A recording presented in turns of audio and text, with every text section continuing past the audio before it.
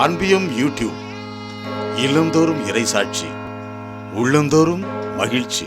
பெருங்குறை ஒன்று என் உடலில் தைத்த முள் போல. ஆண்டவரே, ஒவ்வொரு மனிதனும் குறையுள்ளவன். பலவீனம் ஒவ்வொருவரையும் வாட்டுகிறது. அந்த பலவீனத்தில் சொல்லும் சொற்கள், செய்யும் செயல்கள் எல்லாம் தவறாய் போய்விடுகிறது.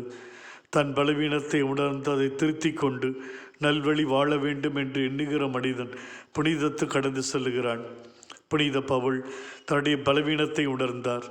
தன் வலுவின்மையை உம்முடைய வல்லமையோடு இணைத்தார், வெற்றி கொண்டார். பெரும் குறையொன்று என் உடலில் தைத்த முள் போல என்று அவர் கூறும் பொழுது, அது அவருடைய பலவீனமோ உடல் நோயோ எதுவாக இருந்தாலும் உம்மிடம் அர்ப்பணிக்கக்கூடிய நல்ல எண்ணம் அவரிடம் இருந்தது. அதை கண்ட நீர் அவருடைய பெரும் குறையை நோக்காமல் உம்முடைய அருளை அவரிடம் வெளிப்படுத்துகிறீர். நான் தரும் அருள் உனக்கு போதும் என்று தகுதிப்படுத்திய பொழுது அவர் என் தேவன் என் குறைபாடுகளின் மத்தியிலே என்னை ஒதுக்கியோ கைவிடவோ இல்லை.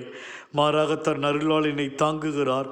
அவருடைய அருள் இருக்கும் பட்சத்தில் நான் எதற்கும் கலங்க தேவையில்லை. இனி என் பலவீனத்தை விட்டு விடுவேன்.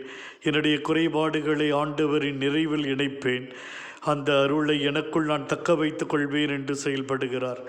தெய்வமே, எங்களுடைய வாழ்க்கையிலும் பலவீனங்கள் எங்களை பல நேரத்தில் மேற்கொள்ளுகின்றன. பெரும் குறைகள் நிறைய உண்டு.